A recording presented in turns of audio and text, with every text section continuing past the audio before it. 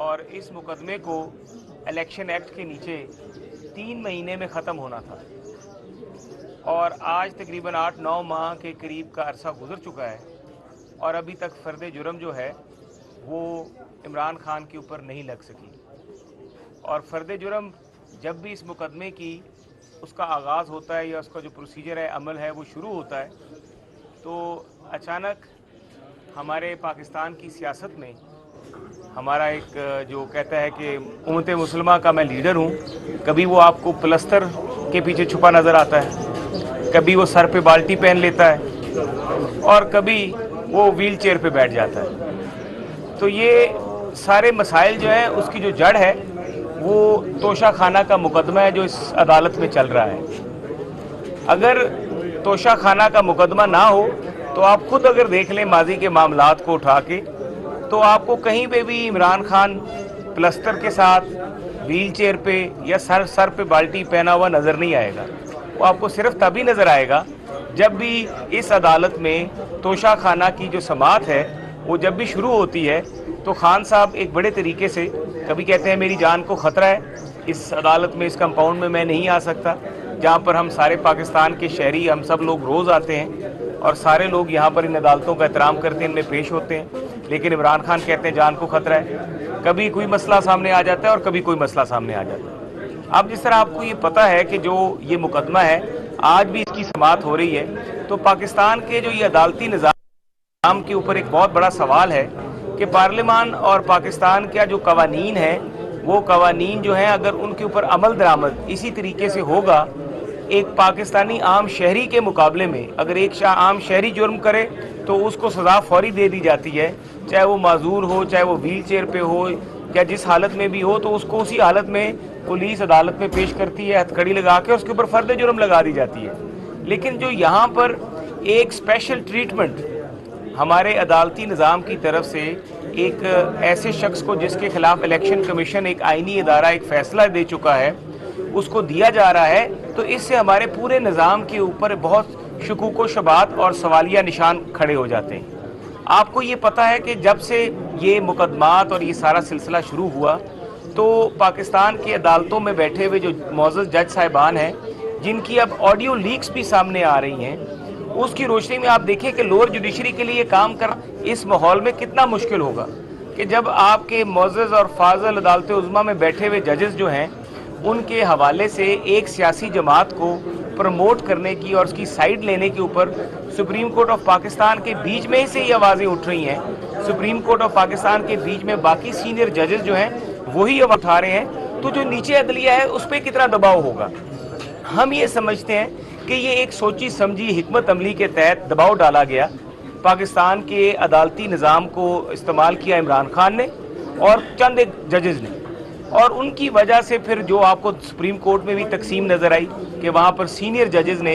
एतराज़ किया, बेंचेस की जो बनाने का जो अमल है, तरीक़ाकार है, उसके ऊपर एतराज़ात हुए और फिर कितनी ऑडियो लीक सामने आई। तो ये जो सारा सुप्रीम कोर्ट में हो रहा है उसका असर लोअर जुडिशरी पे कितना पड़ता होगा और जो माहौल वहाँ पे बनता है, जिस तरीके से तौहीन अदालत अगर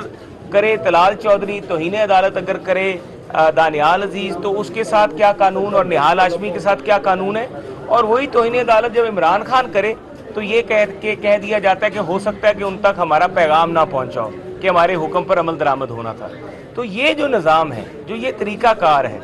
और जो अब ऑडियो लीक्स भी आ चुकी हैं, तो मैं पाकिस्तान के मोअज़्ज़ज़ हमारे जो सुप्रीम कोर्ट में बैठे जज साहिबान हैं सब हमारे लिए काबिल एहतराम है। मैं उनसे ये ज़रूर कहूँगा कि इसकी वजह से पाकिस्तान का पूरा जो अदालती निज़ाम है, जो ये रवैया है, वो पूरा पाकिस्तान के अदालती निज़ाम पर सवालिया निशान लग चुके हैं।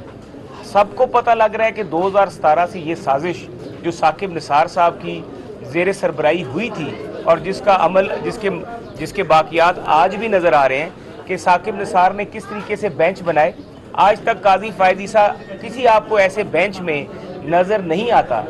सवाए फैज़ाबाद केस के, जहाँ से उसको निकाल दिया गया काजी फ़ायज़ ईसा को, और वो हम ख्याल जजेस जो एक ख़ास सोच रखते थे उन्होंने सुप्रीम कोर्ट की कमांड संभाली। उन जजेस के बाद से लेके आज तक अगर आप ये देखें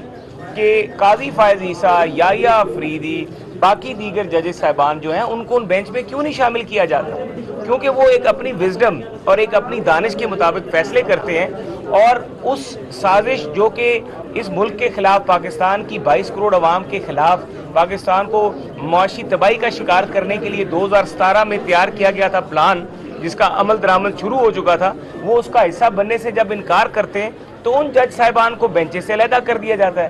اور جو یہ عمل بیٹھے ہوئے سب سے سینئر ترین ججز جو ہوتے ہیں، جب وہ یہ کام کر رہے ہوتے ہیں تو ہماری لوور جوڈیشری سے آپ یہ توقع مت کریں کہ وہ سزا دے سکیں گے، یہ توقع مت کریں لوور جوڈیشری سے کہ وہ فرد جرم لگا سکیں گے۔ جب معزز عدالت، سینئر عدالت میں بیٹھے ہوئے ہمارے جو چیف جسٹس صاحب ہیں، ان سے متعلقہ ایک اس طرح کی قانونی بحث، پارلیمان میں بحث، ان پہ عدم اعتماد پارلیمان کی طرف سے یہ سب چیزیں شروع ہو چکی ہوں گی، تو یہ لوور جوڈیشری میں بیٹھے ججز صاحبان کچھ نہیں کر سکیں گے۔ یہ تو اپنی اپر جوڈیشری کی طرف دیکھ رہے ہوتے ہیں کہ چیف جسٹس صاحب کا کیا رجحان ہے، باقی سینئر ججز کا کیا رجحان ہے۔ تو میں یہ کہوں گا، خدارہ پاکستان کے عدالتی نظام کو بچائیں۔ یہ قانون سب کے لیے برابر ہے، چاہے وہ ایک عام شہری ہے، وہ سائیکل پہ بیٹھا ہوا شہری ہے، یا وہ ایک گاڑی میں بیٹھا ہوا ایک سیاستدان ہے، یا وہ ایک ڈاکٹر ہے، یا وہ وکیل ہے، سب قانون کو اور دستور کو جواب دیں۔ تو اگر یہی رویہ، یہی طریقہ کار آگے چلتا رہا تو یہ جو شخص ہے جس کو کبھی پلستر کی تحفظ مل جاتا ہے، کبھی اس کو ویل چیئر کا تحفظ مل جاتا ہے، کبھی وہ عدالتوں کے نظام کا مذاق اڑا کے توہین عدالت کر کے بھی سوچتا ہے کہ میں معافی مانگ لوں گا، تو ایسے شخص کی اگر پروٹیکشن ہم کریں گے تو آئندہ آنے والے مستقبل میں ہم پاکستان کے پورے قانونی نظام، جو کہ 145ویں نمبر پہ آ چکا ہے، ہم اس پورے قانونی نظام کے اوپر بہت بڑے بڑے سوالیہ نشان اٹھا رہے ہیں۔ تو توشہ خانہ میں عمران خان کی چوریاں ثابت ہیں، یہ سب کو پتہ ہے۔ یہ جو وہ سوچ ہے کہ یہ 3 ماہ کے بیچ میں یہ کیس جو ہے یہ کنکلوڈ ہو سکتا ہے اور قانون میں لکھا ہوا ہے، وہ جو ایک مکتبہ فکر ہے، وہ اس کو یہ پتہ ہے کہ الیکشن سے پہلے عمران خان کے اوپر فرد جرم نہ لگے، تاکہ ایکسٹینشن دے دی جائے کسی ایک سینئر جج کو، اور وہ باقی ججز صاحبان جو کہ اختلاف رکھتے ہیں اس پورے نظام سے اور ثاقب نثار کے تھاٹ پروسیس سے، ان لوگوں کو دوبارہ سے ان کرسیوں پہ نہ بیٹھنے دیا جائے، جس سے وہ جو سوچ ہے جس نے پاکستان کو آج تباہی کے اس دانے پہ کھڑا کر دیا ہے، اس سوچ سے ہٹ کے پاکستان کو ترقی کے راستے پہ لے کے جانے والی نئی سوچ جو ہے وہ جنم لے۔ تو یہ ایک، میں سمجھتا ہوں کہ ایک بہت بڑی ڈیبیٹ ہے کہ پاکستان کا دستور بڑھا ہے کہ پاکستان کے آئین بڑھے۔ آپ کو پتہ ہے کہ کل بھی پبلک اکاؤنٹس کمیٹی میں ایک معاملہ بھیجا گیا ہے، سب جواب دے ہیں ججز، جس طرح ہم جواب دیں، ہر سال اپنے گوشوارے داخل کرتے ہیں الیکشن کمیشن میں، جس گوشوارے میں جھوٹ بولنے کی وجہ سے عمران خان کا آج یہ مقدمہ چل رہا ہے، ججز بھی جواب دیں۔ جہاں پر بھی پبلک منی جا رہا ہے، جو بھی پبلک منی کے پبلک فنڈ کا کسٹوڈین ہے، وہ جواب دے۔ اور میں سمجھتا ہوں کہ اگر مظاہر اکبر نقوی کے حوالے سے ایاز صادق نے جو کل سوال اٹھایا ہے اور وہ چیز بھیجی ہے پبلک اکاؤنٹس کمیٹی میں، تو مظاہر اکبر نقوی کو آ کے خود جواب دینا چاہیے پبلک اکاؤنٹس کمیٹی میں، کیونکہ ایک تو بڑا واضح قانون ہے کہ کوئی بھی ادارہ اپنا احتساب خود نہیں کر سکتا۔ پارلیمان کا بھی اگر احتساب ہوتا ہے تو نیب بیٹھی ہے، الیکشن کمیشن بیٹھا ہوا ہے۔ اس طریقے سے اگر عدلیہ میں اس طرح کی چیزیں اٹھ رہی ہیں تو میں سمجھتا ہوں کہ پارلیمان کی جو کمیٹیاں ہیں ان کے بیچ میں آ کے معزز جج صاحبان کو اپنے اوپر لگے ہوئے الزامات کا جواب دینا چاہیے، تاکہ سپریم کورٹ کی جو امپارشیلٹی ہے، سپریم کورٹ کی جو جانبداری ہے، اس کے اوپر کوئی سوالیہ نشان نہ اٹھائے۔ بہت شکریہ۔ محسن صاحب یہ بتا دیں کہ خان صاحب 9 ماہ گزر چکے لیکن توشہ خانہ کیس میں فرد جرم عائد نہ ہو سکی۔ عمران خان مسلسل ہیلے بہانے تلاش کر رہے ہیں۔ قانون کی عملداری کو یقینی بنایا جانا ضروری ہے۔ عمران خان تاخیری حربے استعمال کرنے کی بجائے مقدمات کا سامنا کریں۔ قانون سب کے لیے برابر ہونا چاہیے۔ آڈیو لیکس کو سنجیدگی سے لینا ہوگا۔ دوہرا معیار عدالتی نظام پر سوالیہ نشان ہے۔ قانون کی عملداری کو یقینی بنایا جانا تھے انہوں نے جو یہ رانا ثناء اللہ کی گاڑی میں سے جو ہیروئن نکلی تھی وہ کس نے رکھوائی تھی؟ خان صاحب یہ کیوں نہیں بتاتے کہ احسن اقبال صاحب کو کس کے کہنے پہ گرفتار کیا گیا تھا؟ خان صاحب یہ کیوں نہیں بتاتے کہ شاہد خاقان کو کس کے کہنے پہ گرفتار کیا گیا تھا؟ خان صاحب یہ کیوں نہیں بتاتے کہ کس کے کہنے پہ مریم نواز کے ہوٹل میں کمرے کا دروازہ توڑا گیا تھا؟ تو خان صاحب میٹھا میٹھا ہپ ہپ کڑوا تھو تھو، تو اس طرح تو خان صاحب کو پتا ہوگا نہیں چلے گا۔ اور کوئی سوال؟ بہت شکریہ۔